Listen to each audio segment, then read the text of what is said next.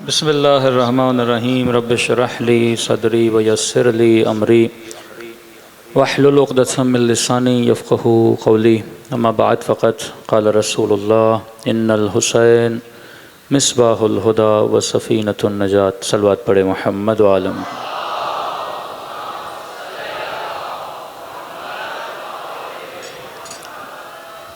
دعا ہے خدا ان نزاداریوں کو اپنی بارگاہ میں قبول فرمائے، اور جس مقصد زندگی کی خاطر اس فرش عزا پہ تشریف فرما ہے، خدا ہم سب کو ان مقاصد میں بھی کامیابیاں عطا فرمائے۔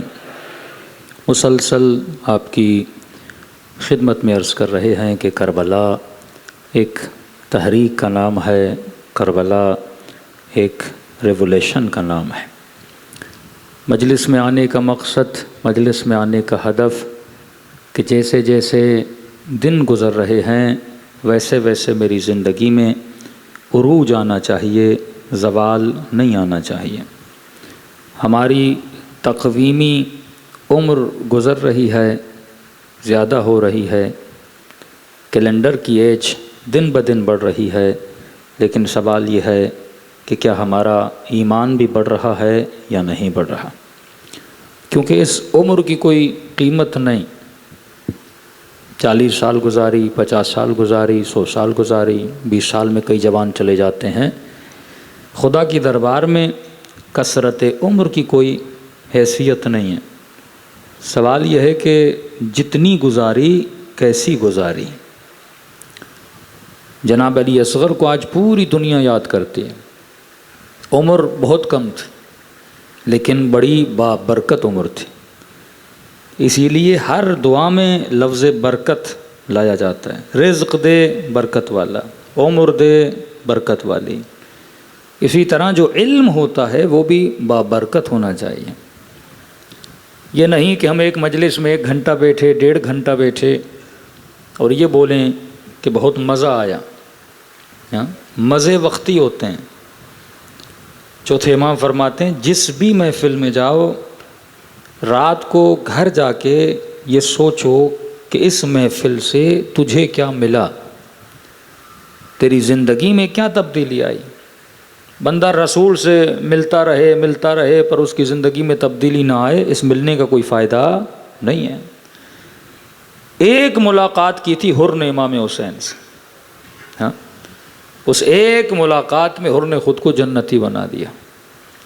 یہ عقل مند بندے کا کام ہوتا ہے جو اپنے وقت سے بہترین فائدہ حاصل کرتا ہے، ورنہ وقت رکتا نہیں ہے، وقت چلتا رہتا ہے۔ یہ آپ کا کام ہے، آپ رکو۔ تو ہم عرض کر رہے تھے کہ اہل بیت کی زندگی کے 3 پہلو ہیں۔ ایک پہلو کہ ان کے کرامات، ان کے معجزات، ان کی فضیلتیں۔ اب بندہ اگر مولا علی کی طرح صاحب معجزہ بننا چاہیے نہیں ہو سکتا۔ ان کا علم لدنی ہے، وہ کسی استاد سے نہیں پڑھتے، ایک امام دوسرے امام سے پڑھ لیتا ہے، لیکن ہماری طرح اسکولوں میں مدرسوں میں نہیں علم حاصل کرتے۔ ہم علم لدنی کی منزل پہ نہیں آ سکتے۔ دوسرا، ان کا کلچر کیسا تھا، ان کا ماحول کیسا تھا، ان کا رہن سہن کیسا تھا کہ ایک شخص چھٹے امام پر بھی اعتراض کرتا ہے نا کہ آپ کا لباس وہ نہیں جو آپ کے بابا علی کا لباس تھا۔ تو امام نے مسکرا کر کہا کہ میرا زمانہ بھی وہ نہیں جو میرے بابا علی کا زمانہ تھا۔ تو بابا اپنے زمانے سے لباس پہنتے تھے، میں اپنے زمانے کے حساب سے لباس پہن رہا ہوں۔ تیسری چیز جو میری اور آپ کی زندگی کے کام کی ہے وہ ہے اہل بیت کی زندگی گزارنے کے اصول۔ واقعاً اصل کیا تھا کہ امام حسین یزید کے مقابلے میں گئے؟ وہ کون سی وجہ تھی کہ امام حسین مدینے سے نکل کر کربلا کی سرزمین تک آتے ہیں؟ کیا واقعاً وہ اصول میری زندگی میں ہیں کہ نہیں ہیں؟ جب تک اصل کو نہیں اپناؤ گے تب تک زندگی آباد نہیں ہوتی۔ اب ایک مثال دوں تاکہ ذہن اور کھل جائیں۔ دیکھیے، عمل ہوتا ہے لیکن کچھ اعمال اصلی ہوتے ہیں۔ مثلاً یہ آپ کا بدن ہے، 2 ہاتھ اللہ نے دیے، 2 آنکھیں اللہ نے دی ہیں، 2 ٹانگیں اللہ نے دی ہیں۔ اب اس ہاتھ کی بھی ویلیو ہے، اس زبان کی بھی اہمیت ہے، ان آنکھوں کی بھی بڑی ویلیو ہے۔ آپ کے بدن کے جتنے اعضاء ہیں سب اہم ہیں اور مہم ہیں۔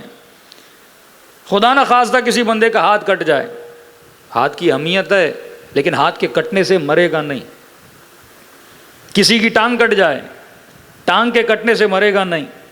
کسی کی آنکھ ضائع ہو جائے، آنکھ ضائع ہونے سے مرے گا نہیں. ہاں یہ ہے تکلیف میں ضرور آئے گا. زبان خدا نہ خواستہ کٹ جائے، گونگا ہو جائے گا لیکن مرے گا نہیں. لیکن اسی بدن میں ایک عضو کی اہمیت بہت زیادہ ہے. کسی کا سر کٹ جائے تو یہ سارے اعضاء بیکار ہو جائیں گے. لیکن ہاتھ کے کٹنے سے بدن بیکار نہیں ہوتا، آنکھوں کے ضائع ہونے سے بدن بیکار نہیں ہوتا. لیکن اگر بندے کا سر نہ ہو تو اس بدن کے کسی بھی عضو کا کوئی فائدہ نہیں ہے. اسی طرح فرماتے اے مومن، تمام تر اعمال میں کچھ اعمال ایسے ہیں جس کے نہ ہونے سے دوسرے اعمال کا کوئی فائدہ نہیں ہے. حدیث معصوم، ان قبلت ما قبل سوا، اگر یہ قبول ہو جائے تو ساری چیزیں قبول ہو جائیں، اور اگر یہ نہ ہو تو سارے اعمال باطل ہیں. مولا وہ کیا ہے؟ فرمایا سارے اعمال میں اگر بندہ نماز نہ پڑھے،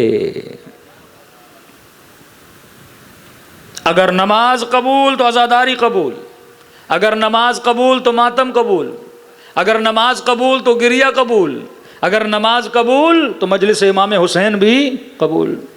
اب بندہ سارے اعمال کرے پر نماز نہ پڑھے، ان قبلت ما قبل سوا، اگر یہ قبول نہیں تو کچھ بھی قبول نہیں ہے.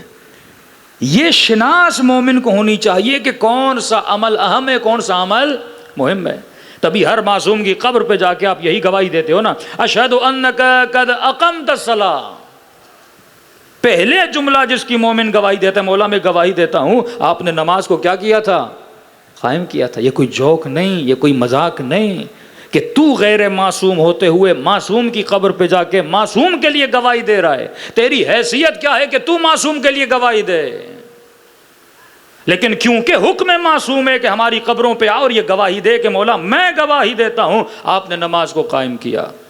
کہ ہر تہمت دشمن اہل بیت پہ لگائے لیکن ہم یہ گوارا نہیں کرتے کوئی یہ کہے کہ حسین نماز نہیں پڑھتا تھا. ہم یہ گوارا نہیں کرتے کوئی یہ کہے کہ علی نماز نہیں پڑھتے تھے. کہ جگہ جگہ آ کر یہ گواہی دینا، میدان جنگ میں بھی کھڑے ہو کر نماز کو بچا کر بتایا اگر نماز قائم ہوتی ہے تو قائم کرنا حسین سے سیکھو کیسے قائم کی جاتی ہے. چھٹے امام کے پاس ایک شخص آیا، مولا میرے دوست ہیں، آپ سے بڑی عقیدت رکھتے ہیں، آپ کی بڑی تعریفیں کرتے ہیں، آپ کے بڑے قصیدے پڑھتے ہیں، لیکن مولا ان کا عمل آپ کے عمل سے نہیں ملتا. آپ کہتے ہیں جھوٹ نہ بولو، وہ بولتے ہیں. آپ کہتے ہیں شراب نہ پیو، وہ پیتے ہیں. آپ کہتے ہیں جوا حرام ہے، وہ کھیلتے ہیں. مولا آپ منع کرتے ہو غیبت نہ کرو، وہ کرتے ہیں. عمل آپ سے نہیں ملتا، لیکن مولا یہ بولتے ہیں کہ وہ آپ کے کیا ہیں؟ شیعہ ہیں، وہ آپ کے کیا ہیں؟ ماننے والے ہیں. قسم کھائی میرے چھٹے امام نے، فرمایا واللہ ما انا بامامہم، خدا کی قسم میں جعفر ان کا امام نہیں ہوں.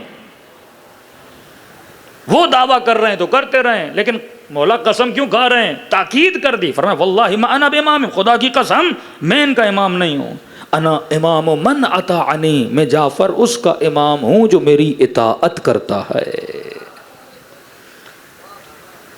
دعوے دار بہت مل جاتے ہیں لیکن جس کے دعوے کو امام ایکسیپٹ کرے اور نشانی بتا رہے ہیں میں کس کا امام ہوں، جو ہماری کیا کرتا ہے؟ اطاعت کرتا ہے. اسی طرح ہم نے کہا کہ قرآن میں جتنے قصے آئے یہ قصے صرف قصے نہیں ہیں، یہ بندے کو عبرت حاصل کرنے کے لیے. فرمایا حبیب وذکر فی الکتاب ادریس، ادریس کی کتاب کا ذکر کر امت کو بتا. کیا ذکر کروں؟ بتا کہ ادریس صدیق تھا، سچا تھا، صادق تھا. پھر فرمایا وذکر فی الکتاب اسماعیل، اسماعیل کا ذکر کر. کیا تھا؟ اسماعیل قول و فعل کا سچا تھا، وعدے دینے کا سچا تھا. سوال یہ پروردگارا یہ تو آخری نبی ہے، یہ تو رحمت للعالمین ہے، تو اسے کیوں کہہ رہا ادریس کی کتاب کا ذکر کر، اسے کیوں کہہ رہا اسماعیل کی کتاب کا ذکر کر؟ کہا میں اس شخص کو نہیں دیکھ رہا، انبیاء جو کرتے تھے میری ہدایت کے مطابق کرتے تھے. تو اگر انبیاء کی زندگیوں کو دیکھو گے، اولیاء کی زندگیوں کو دیکھو گے، تو ان کی زندگیوں میں تجھے رنگ خدا نظر آئے گا، اور اسی رنگ کو اپناؤ گے تو تمہارے وجود میں بھی رنگ پروردگار عالم پیدا ہو جائے گا. صلوات پڑھے محمد و آل محمد.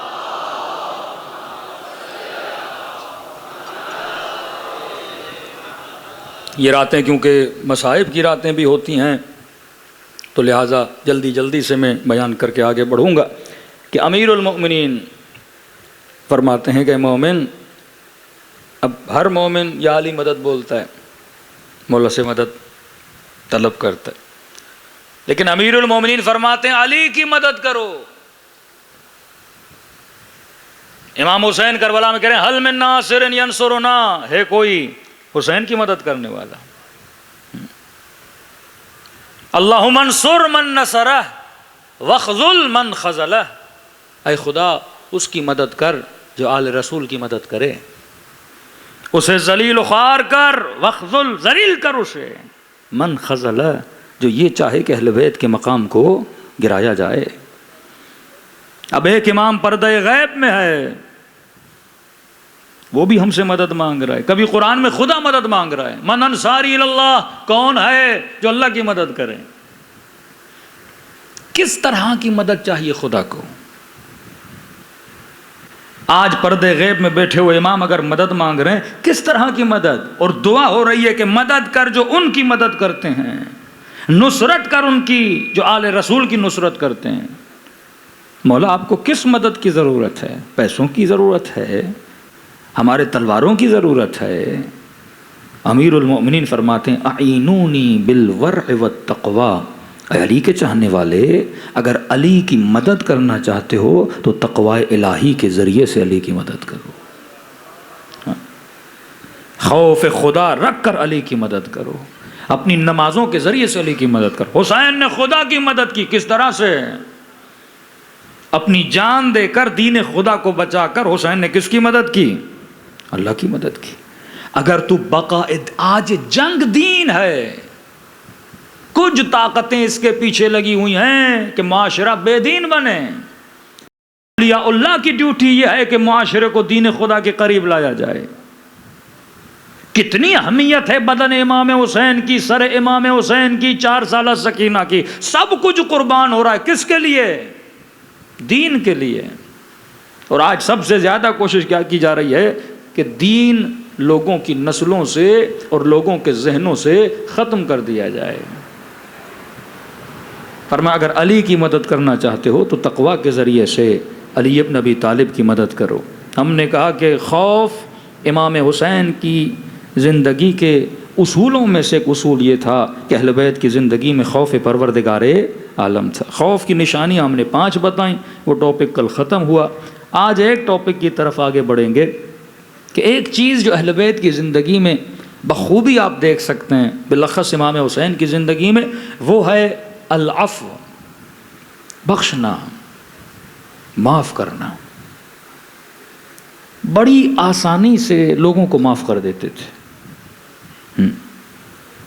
اور آیا ہاتھوں میں رسیاں باندھ کے، آنکھوں پہ پٹی باندھ کے، کہ حسین شرمندہ ہوں، فوراً سینے سے لگایا. دیر نہیں کی امام حسین نے. معاف کرنے میں اہل بیت علیہ الصلوۃ والسلام کبھی دیر نہیں کرتے تھے، کیونکہ جو بندہ معاف نہیں کرتا، دل میں بغض رکھتا ہے، یہیں سے سارے رشتوں میں جدائی پیدا ہو جاتی ہے. شوہر کو بیوی کو معاف کرنے کا حوصلہ نہ ہو، طلاق. بزنس مین دوسرے بزنس مین کو معاف کرنے کا حوصلہ نہ رکھے، دوستی میں جدائی ہو جاتی ہے. مومن کو معاف کرنے کا حوصلہ نہ رکھے، 2 مومنوں میں لڑائی ہو جاتی ہے. تو اگر معاشرے میں معاف کرنے کا جذبہ نہ ہو، وہ معاشرہ کیا ہو جاتا ہے؟ تباہ و برباد ہو جاتا ہے. کہ چھٹے ماہ فرماتے ہیں 3 دن گزر جائیں، اگر مومن سے راضی نہ ہو، دونوں پہ اللہ کی اور علی کی لعنت ہوتی ہے. مہینوں گزر جاتے ہیں، آج مومنین سے کیا ہو جاتے ہیں؟ ناراض ہو جاتے ہیں. تبھی خدا پروردگار عالم قرآن میں کہتا ہے حبیب میری ان بندوں کو بتا دو، الا ان تحبوا، کیا تم پسند نہیں کرتے ان یغفر اللہ لکم، خدا تجھے معاف کرے؟ تو کہتا ہے کہ اگر چاہتے ہو میں تجھے معاف کروں تو تو بھی میرے بندوں کو معاف کرنا شروع کر دے. اگر تیرے اندر معافی کا جذبہ نہیں ہے تو کبھی بھی حسینی نہیں بن سکتا۔ کس قدر امیر المؤمنین نے، امام حسین نے، ایک لکھنے والا ایک جرمن ہے، لیکن جب یہ واقعہ کربلا کو پڑھتا ہے کہتا ہے واقعاً یہ سیرت میں نے جب اہل بیت کی دیکھی میں شش و پنج ہو گیا کہ ایسے امام امت مسلم کو خدا نے عطا کیے ہیں۔ ایک شامی سپاہی، شام کے سپاہی لشکر کربلا میں بہت کم تھے، ایک شامی سپاہی امام حسین سے لڑنے کے لیے آتا ہے۔ اب وہ مولا حسین کو جانتا نہیں تھا، کہتے قوی ہے کل، قد کا بہت بڑا، اور اپنی طاقت پہ، اپنی قدرت پہ اسے بڑا ناز تھا کہ جو بھی آئے گا میں اسے بچھاڑ دوں گا۔ اور علماء فرماتے ہیں یہ بھی نہیں کہ امام حسین صرف ظہر عاشور کو گئے جب تمام تر بیٹے اور اصحاب شہید ہو گئے پھر امام نے جنگ لڑی، لیکن ایسا نہیں ہے۔ جس بھی شہید کے لاشے کو اٹھانے جاتے تھے پہلے مولا جنگ کرتے تھے، بیچ بیچ میں جنگ کرتے رہے امام حسین۔ کہتے ہیں جیسے اس نے پکارا ہے کوئی بہادر جو میرے مقابلے میں آئے، تو فرماتے ابھی عبداللہ الحسین اس کے مقابلے میں جاتے ہیں اور ایسی جنگ لڑتے ہیں اپنے بابا علی کی طرح۔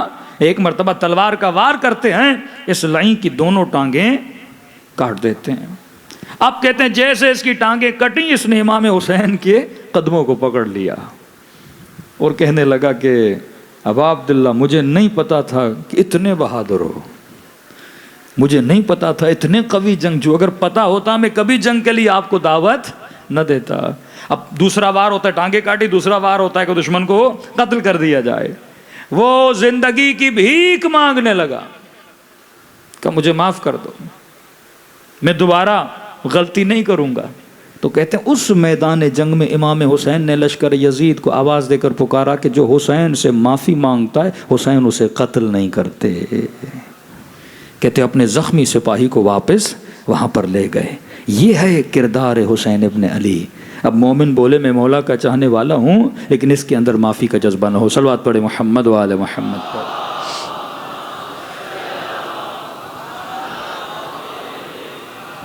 بار دیگر صلوات پڑھے محمد و آل محمد۔ جلدی کر۔ اب معاف کس طرح کرنا ہے اس کے لیے ایک قرآن کی آیت ہے، بہت پیاری آیت ہے کہ کبھی کبھی ہم معاف کرتے ہیں لیکن وہ معاف کرنا کسی کام کا نہیں ہوتا۔ رسول خدا کے بعد صحابی جب مکہ چھوڑ کے جا رہے تھے تو بیویاں ان کی دشمن بن گئیں، اولاد ان کی دشمن بن گئی کہ مصطفیٰ کا ساتھ کیوں دے رہے ہو۔ یہ واقعاً میں نے معاشرے میں دیکھا ہے، بعض لوگوں کے بچے نیک ہوتے ہیں وہ بچوں سے دشمنی کرتے ہیں۔ بیٹی کہہ رہی ہے میری ماں مجھ سے دشمنی کر رہی ہے حجاب کرنے پر، بیٹا کہہ رہا ہے میں نیک بن رہا ہوں لیکن والدین مجھ سے کیا کر رہے ہیں، دشمنی کر رہے ہیں۔ ایک بندہ سیکولر ہوتا ہے پر دین کا دشمن نہیں ہوتا، لبرل ہوتا ہے پر دین کا دشمن نہیں ہوتا۔ کئی ایسے لوگ قوم پرست، اکثر قوم پرست میں نے دیکھے ہیں، وہ دین دشمن ہوتے ہیں۔ تبھی اسلام میں قوم پرستی کیا ہے، حرام ہے۔ ایک ایرانی خطیب ہمارے دوست ہیں، کہتے ہیں کہ ایک نوجوان مجلسوں میں آتا تھا اور آتے آتے باپ اس کا بڑا بگڑا ہوا لیکن یہ بچہ بڑا نیک بن گیا۔ تو اس باپ نے چاہا کہ میرا بچہ دوبارہ بگڑ جائے، یعنی اس سے وہ ناخوش تھا کہ میرا بچہ اتنا دیندار کیوں بنا ہے۔ تو کہتا ہے اس نے اپنے بچے کو گمراہ کرنے کے لیے ایک ٹریول ایجنسی کھولی اور ایران سے ٹریول ایجنسی کے جو ٹورز جاتے تھے ٹورز کرانے کے لیے وہ اسپیشلی اس نے تھائی لینڈ کے ٹورز رکھے۔ اب اکثر فاسق اور فاجر تھائی لینڈ گناہ کرنے جاتے ہیں، عیاشی کرنے جاتے ہیں، تو اس نے کہا میرا بیٹا آئے گا جائے گا تو کیا ہو جائے گا، گمراہ ہو جائے گا۔ لیکن یہ مولانا کہتے ہیں اس جوان نے 6 مہینے میں ٹریول ایجنسی کا بزنس ہی بٹھا دیا، اور باپ جب پوچھنے آیا کیوں، کہ کوئی آتا ہی نہیں ہے، اور باپ بھی ڈیلی آئے دیکھے واقعاً کوئی بندہ بکنگ کے لیے آ ہی نہیں رہا۔ تو مولانا نے کہا تم نے ایسا کیا کیا؟ کہا جتنے لوگ آتے تھے میں سب کو کہتا تھا وہاں جاؤ گے تو تمہیں ایڈز لگ جائے گی، وہاں جاؤ گے HIV لگ جائے گی۔ کہا اتنے لوگ گئے سارے بیمار ہو کے واپس آئے۔ کہا مجھے پتا تھا ان کے دل میں خدا کا خوف نہیں ہے، بیماری کا خوف ضرور ہے۔ کئی لوگ اللہ کے خوف سے چیزیں نہیں چھوڑتے، بیماری کے خوف سے فوراً نیک ہو جاتے ہیں۔ ایک ہمارے مولانا تعویذ لکھتے تھے تو کہتے تھے میں لوگوں کو دیندار ایسے بناتا تھا کہ مولانا دعا کر یہ بزنس نہیں چل رہا، کہ دیکھ یہ عمل کر اس کے بعد دیکھنا تیرا بزنس کتنی اونچائیوں پہ جاتا ہے۔ کہ اللہ کے لیے نماز نہیں پڑھتا تھا، بزنس کی 2 بوریاں بیچنے کے لیے نماز ضرور پڑھتا تھا وہ۔ بعض لوگوں کی عبادت بھی ایسی ہے. آغا قراتی کہتے ہیں اتنے لوگ جاتے ہیں کربلا، امام حسین کے ذریعے کو پکڑتے ہیں. ہاں مولا گھر نہیں گھر دے، مولا گاڑی نہیں گاڑی دے، مولا شادی نہیں بیوی دے. ہاں اتنی دعائیں جا کے کرتے ہیں. کہتے بندہ نادان حسین کے پاس جا کے گاڑی مانگ رہا ہے. ہاں حسین کے پاس جا کے اللہ کو اتنا بڑا واسطہ دے کر دنیا کی چیزیں مانگ رہا ہے. اگر عقل ہوتی تو حسین سے خدا مانگتا. کہ مولا حسین جو آپ کے دل میں اللہ کی معرفت تھی مجھے وہ معرفت عطا کریں. اور کہا جب مصلی عبادت پر بیٹھو کہ حسین کے پاس جاؤ تو حسین سے خدا مانگو، اور جب مصلی عبادت پر بیٹھو تو خدا سے حسین مانگو. ہاں معرفت ہونی چاہیے میں کس در پہ جا کے کیا مانگ رہا ہوں. جب آغا قراتی نے یہ بات کی تو ایک جوان اٹھا، انہوں نے کہا قبلہ آپ باتیں تو بڑی اچھی کر رہے ہیں کہ یہ جاتے ہیں کبھی گاڑی مانگتے ہیں، کبھی گھر مانگتے ہیں، کبھی دنیا کی چیزیں مانگتے ہیں. اگر یہ مانگنا برا ہوتا تو پھر حسین دیتے کیوں ہیں؟ واقعاً جا کے طلب کرتا ہے اور خدا حسین کے صدقے میں سے عطا بھی کرتا ہے. تو انہوں نے کہا دیکھو وہ ہیں امام، امام کی مثال ہے اب کی طرح، باپ کی طرح. کہ کبھی دیکھا ہے تیرا چھوٹا چھوٹا بچہ ایک کھلونے کے لیے تجھ سے ضد کرتا ہے، تو بچہ سمجھ کے اسے کھلونا لے کے دیتا ہے. حسین بھی ان کو بچہ سمجھ کے دنیا کے کھلونے بانٹتے رہتے ہیں. وہ مانگ جو حر نے حسین سے مانگا، وہ مانگ جو حبیب نے حسین سے مانگا، یہ بھی معرفت ہونی چاہیے. واقعاً میں ان کے در پہ جا رہا ہوں اور کیا مانگ رہا ہوں. اب کہتے ہیں یہ مکے والے، قرآن کی آیت ان من اولادکم وازواجکم عدو لکم، کبھی کبھی تمہاری اولاد تمہاری بیویاں تمہاری دشمن بن جاتی ہیں دین کی خاطر، رسول کی خاطر. کوفے والے کیوں امام حسین کو چھوڑ دیا؟ انہوں نے بیویوں نے روکا، بچوں نے روکا. تو جائے گا تو میرا کیا ہوگا، ہمارا پیچھے کیا ہوگا؟ دین سے روکنا. اب کہتے ہیں یہ جیسے مکے واپس آئے تو بیویاں قدموں پہ گر گئیں. اب فتح مل گئی نا، فتح مکہ ہو گیا، قدموں پہ گر گئیں، ہمیں معاف کر دو، ہمیں بخش دو. تو یہ معاف نہیں کرنا چاہتے، تم لوگوں نے ہمیں اذیتیں دیں جب ہم مکے سے نکلے. لیکن جب معافی مانگنے آئے تو خدا نے کہا وَإِن تَعْفُوا وَتَصْفَحُوا وَتَغْفِرُوا فَإِنَّ اللَّهَ غَفُورٌ رَحِيمٌ. اے حبیب انہیں کہہ دو اگر معاف کرو گے تو اللہ کو معافی پسند ہے. اب اردو میں ترجمہ ایک کیا جاتا ہے، تعفو، تصفحو، تغفرو. اردو میں ترجمہ آپ کیا کریں گے؟ معاف کرو، معاف کرو، معاف کرو. حالانکہ 3 لفظ ہیں، اس میں بڑی صلوات پڑھے محمد و آل محمد.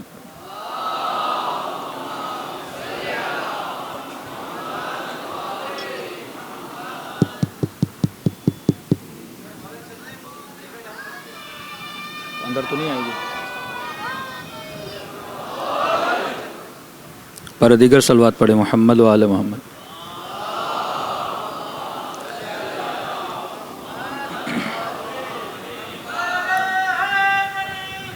یا علی بارہ دیگر صلوات پڑھے محمد و آل محمد. اللہم صلی علی اللہم صلی علی محمد و آل محمد. بارہ دیگر صلوات پڑھے محمد و آل محمد.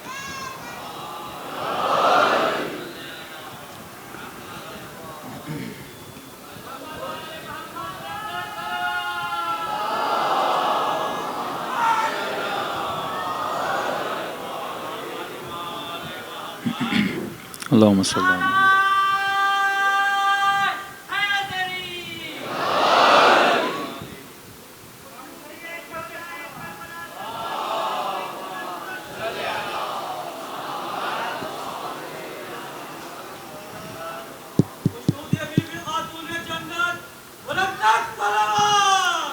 اللہم صلی علی محمد.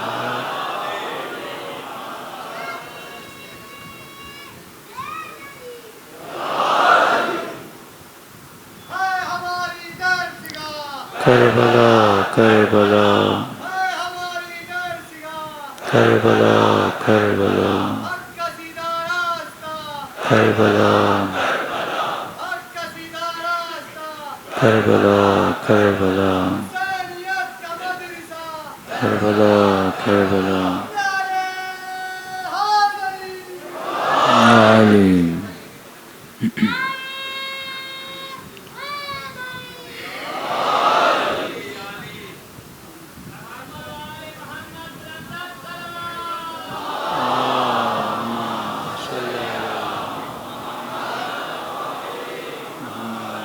اجل فرج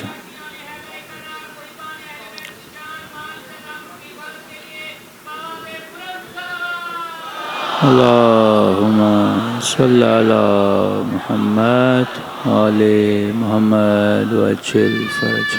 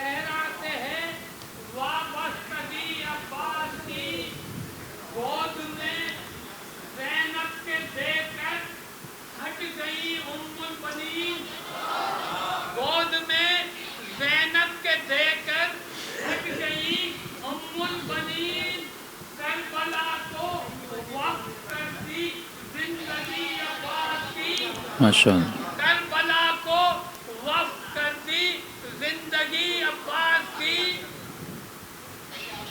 اور دشمنوں کو خوف ہے زینب کو پر ہے اطمینان دشمنوں کو خوف ہے زینب کو پر ہے اطمینان جب تلک خیموں میں ہے موجودگی عباس کی ماشاء اللہ ماشاء اللہ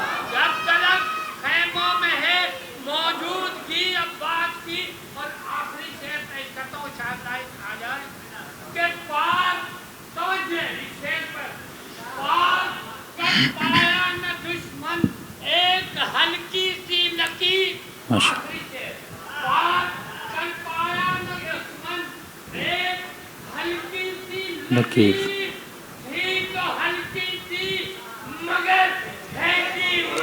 عباس کی ماشاء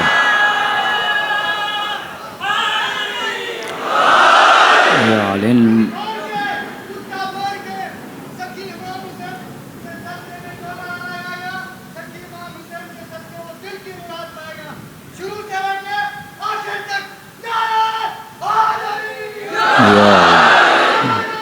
یا تمام مومنین کی صحت و سلامتی کے لیے صلوات پڑھے محمد وآل محمد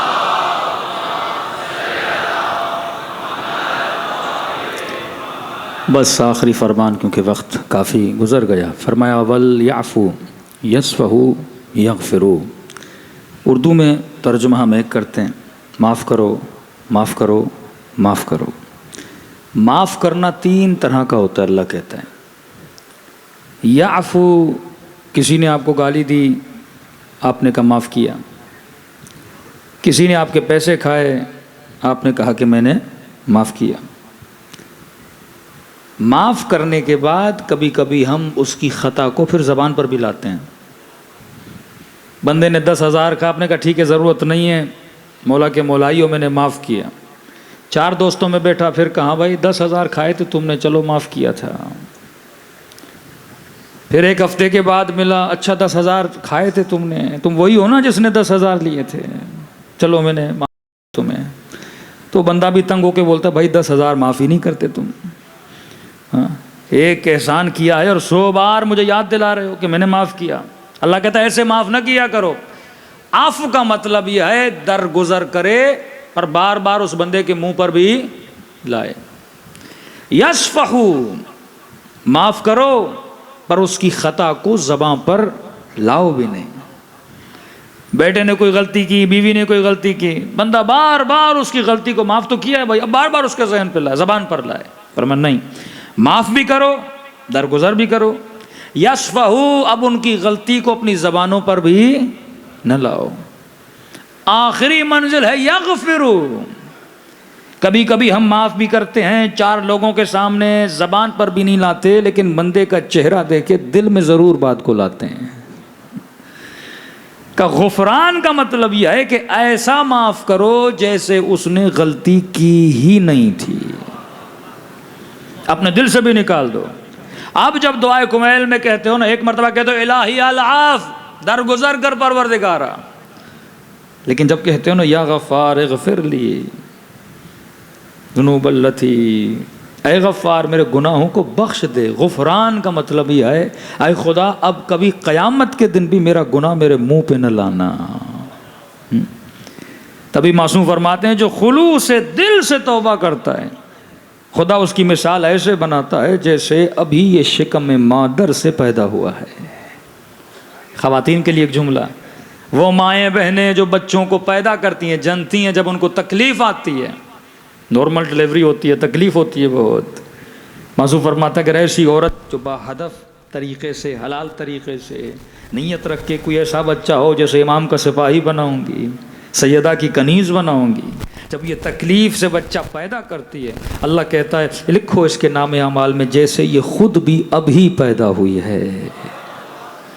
اس کی ساری برائیوں کو خدا کیا کرتا ہے؟ مٹا دیتا ہے. جب بھی عراق جائیں ایک بہت بڑے عالم دین سید کاشف الغطاء، شیخ جعفر کاشف الغطاء، بہت بڑے عالم دین، مدرس حوزہ بھی تھے، مبلغ بھی تھے، لیکن ساتھ ساتھ میں ان کے پاس ایک خوبی تھی معاف کرنے کی. تبھی ان کا کردار اتنا بلند. ایران آتے تھے، لوگ انتظار کرتے تھے کہ مولانا کب ہمارے گھر آئیں گے. تجار انتظار کرتے تھے کہ ایک قدم ہماری دکان پہ رکھیں، اللہ ان کے قدموں سے ہمیں برکت عطا کرے گا. ایک تو معاف کرنے کی عادت، دوسری ان کے اندر صفات تھی انفاق کی، بخش.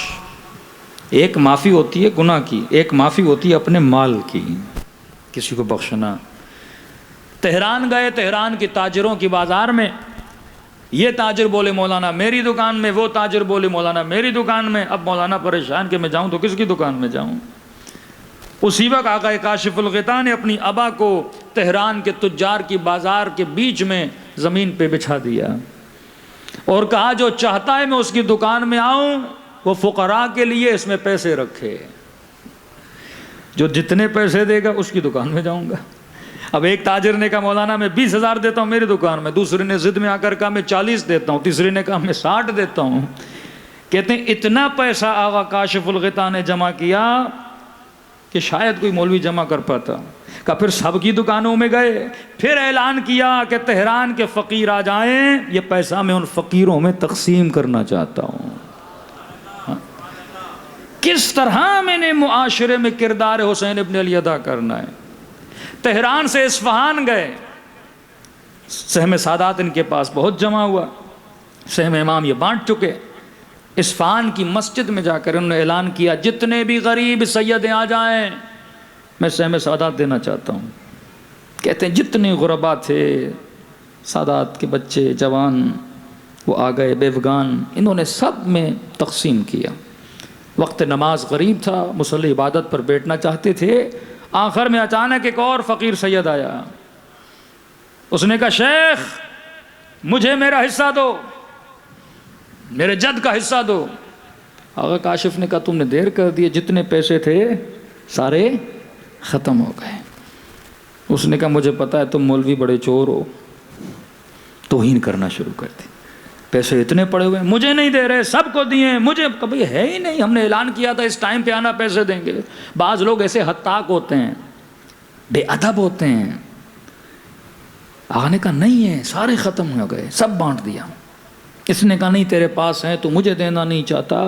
اور اس نے بے احترامی کرتے ہوئے آقا کاشف الغطاء کے چہرے پر تھوک دیا.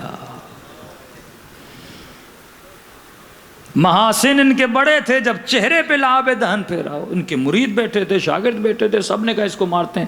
کہ نہیں، ہاتھ نہیں اٹھانا، میرے چہرے پہ تھوکا ہے، تیرا کچھ نہ جائے. ابا کے دامن سے چہرے کو صاف کیا. اس سید کو تو تھوڑی دیر ٹھہر جا، جو ہو سکا تیرے لیے کرتا ہوں. اسی وقت اپنی ابا کو مسجد کی زمین پہ بچھایا. کہ جس کی نگاہ میں میری داڑھی کی عزت ہے، سید کے لیے تھوڑے پیسے رکھ لے. تو مسجد میں جتنے نمازی تھے انہوں نے ابا کے دامن میں پیسے رکھنا شروع کیے. آقا کاشف الغطاء نے سارے پیسے جمع کیے اور اس سید کے سامنے رکھے. کہا سید غلطی میری ہے تیری نہیں, تو نے غصہ کیا میری غلطی ہے. اگر یہی ابا میں پہلے بچھاتا تو مجھ پہ غصہ نہ کرتا. اگر تیری غلطی ہے کاشف نے تجھے معاف کیا, اگر میری غلطی ہے علی کے صدقے میں تو مجھے معاف کر دے.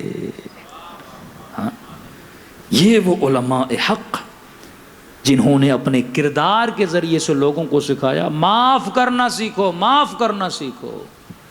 ایک گھر میں دو بھائیاں آپس میں بات نہیں کرتے, طلاق کا ریشو بڑھتا جا رہا ہے کیونکہ ہمیں حوصلہ نہیں ہے معاف کرنے کا, ایک دوسرے کی غلطیوں کی درگزرنے کا حوصلہ نہیں ہے. صبح عاشور اور یہ سوچ رہا تھا کہ شاید حسین مجھے نہ معاف کرے. غلطی بہت بڑی تھی نا, راستہ روکا تھا, نہ روکتا شاید منظر اور ہوتا. صرف راستہ نہیں, حسین کا پانی بھی اس کے لشکر والوں نے پیا. صبح ہوئی, کہ اب یہاں رک نہیں سکتا, حسین کے پاس جاؤں گا.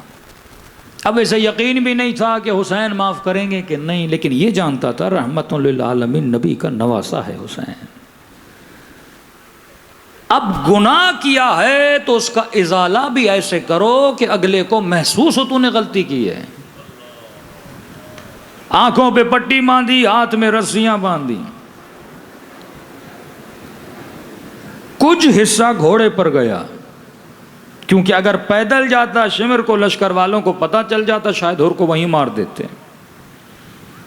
کچھ راستہ گھوڑے پر گیا تاکہ وہ یہ سمجھے میں حسین سے جنگ کرنے کے لیے جا رہا ہوں. اور جب خیموں کے قریب آیا تو گھوڑے سے اترا, ہاتھوں پہ رسی باندھی, آنکھوں پہ پٹی باندھی. غلام, بھائی, بیٹا ساتھ ہے. کہ دیکھو میں حسین کے خیموں کے قریب جا رہا ہوں, دور سے بتانا میں جنگ کے لیے نہیں آیا, کہیں ایسا نہ ہو وہ سمجھے میں جنگ کے لیے آیا ہوں. اور کہا کہ جیسے تیری نگاہ حسین پہ پڑ جائے مجھے خبر دینا. اب خود نہیں دیکھ رہا کیونکہ آنکھوں پہ پٹی باندھی ہوئی ہے. کہتے ہیں تھوڑا آگے بڑھا تو ایک مرتبہ غلام کی آواز بلند ہوئی, اللہ اکبر. کہ کیا ہوا, حسین آ گئے؟ کہ نہیں, عباس استقبال کے لیے آ رہے ہیں.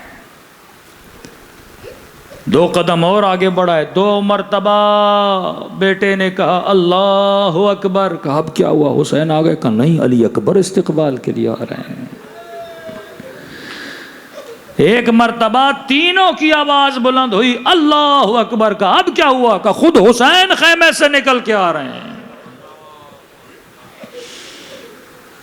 کہ میرے لال جب حسین میرے سامنے ہوں تو بس مجھے اشارہ کر دینا. کہ جیسے مولا کے روبرو کھڑے ہوئے. کچھ میں یہ ہے کہ یہ روبرو تھا, کچھ میں یہ ہے کہ مولا حسین گھوڑے پر تھے اور یہ زمین پر تھا. کہتے ہیں پہلا جملہ اس نے یہ کہا کہ کائنات کا سب سے بڑا گنہگار,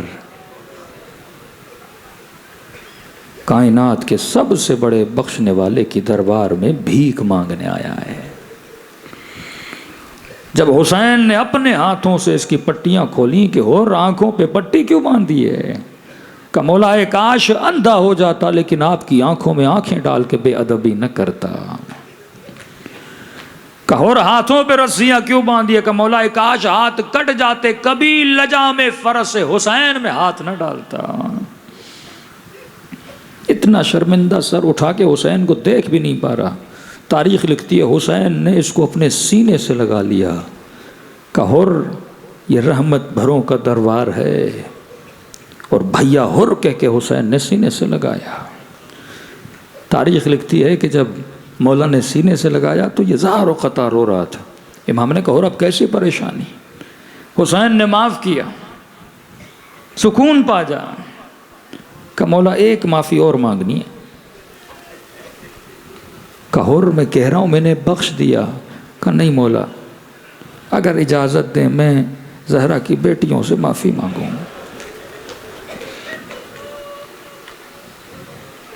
اور یہ اہل بیت کا گھرانہ, ولایت کا گھرانہ میں نے معاف کیا تو میری بہنوں نے, بھائیوں نے, بچوں نے معاف کیا. مولا اطمینان نہیں مل رہا، اجازت دیں میں خیموں کے بیچ میں جاؤں، بلند بلند آواز سے یہ گنہگار معافی مانگے۔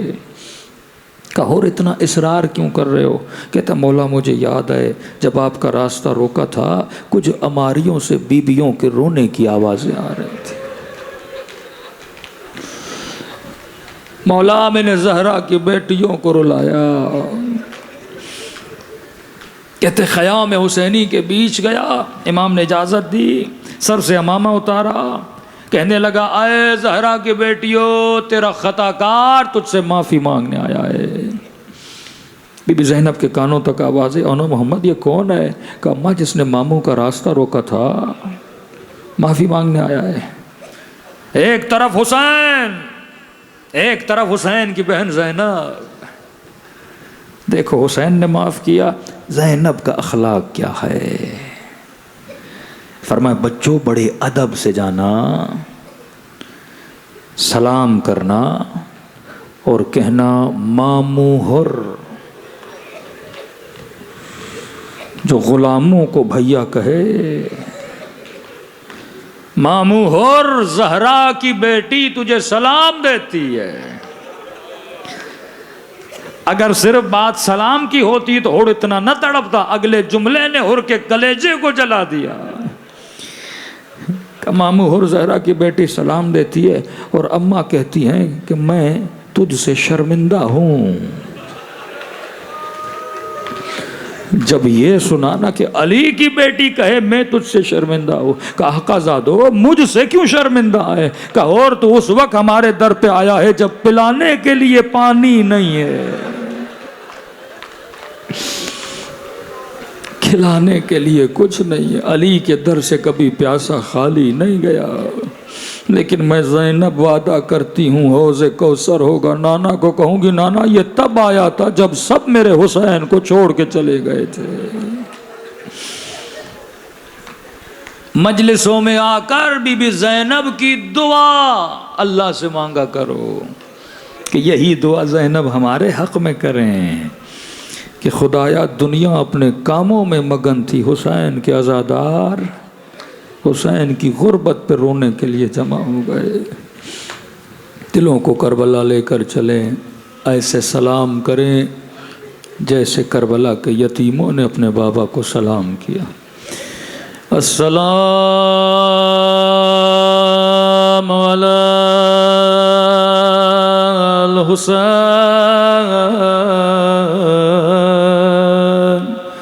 وعلی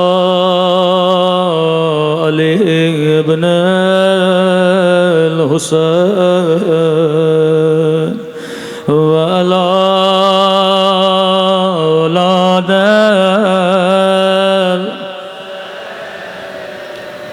وعلی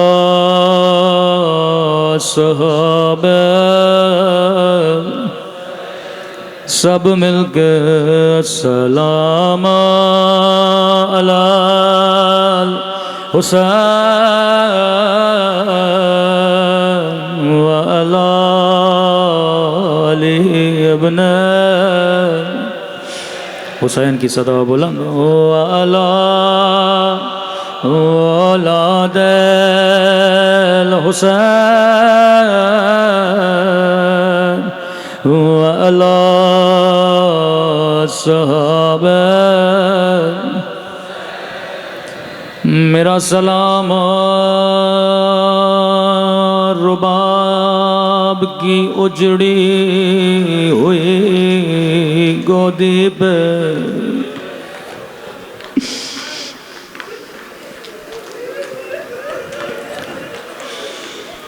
میرا سلام ننھی سی کٹی ہوئی گردن پہ،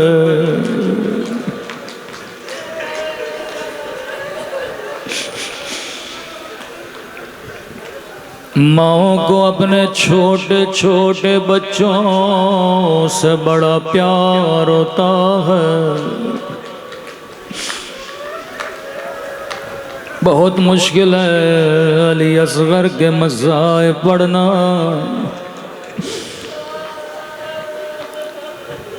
ننھے سے باب الحوائج ہیں،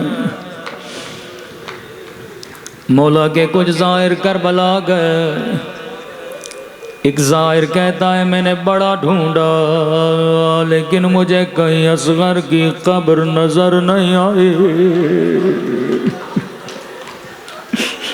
کہتا ہے میں نے سنا تھا حسین نے خیموں کے پیچھے اپنے ننھے بچے کو دفنایا تھا، خیام حسین ہی ڈھونڈ مارا، جو بھی خادم ملتا تھا میں کہتا تھا مجھے اصغر کی قبر دکھاؤ، نہیں ملی اسے علی اصغر کی قبر۔ آغا کشمیری کے پاس آیا، مولانا مجھے بتائیے علی اصغر کی قبر کہاں ہے؟ قبلہ نے کہا مجھے بھی نہیں پتا، کل آنا۔